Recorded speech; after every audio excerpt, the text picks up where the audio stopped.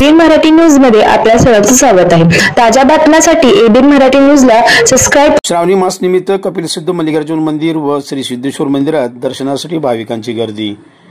कपिल सिद्ध मल्लिकार्जुन मंदिरात श्रावणी मास निमित्त विविध पूजा अर्चनाची तयारी करण्यात आली व दिवसभरात मंदिरात भाविकांची दर्शनासाठी गर्दी दिसून आली।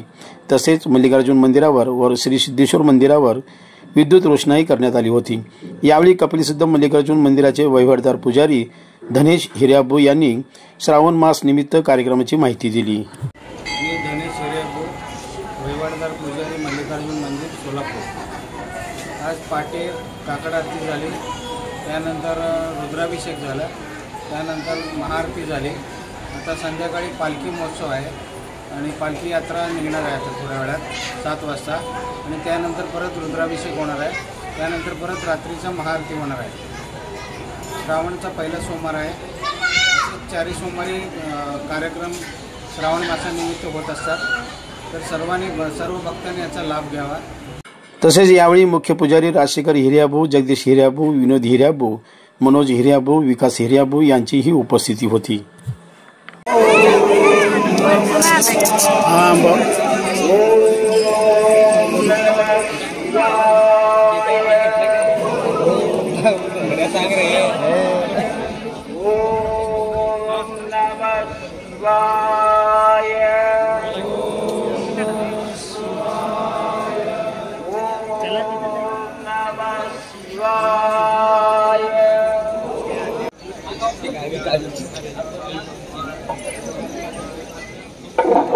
काय करणार आपण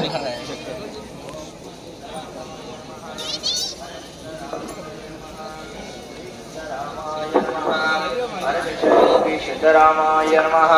प्राणयोगी सिद्धरामाय नमः।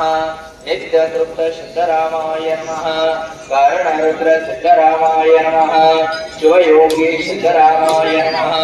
योगीनाथ सिद्धरामाय नमः।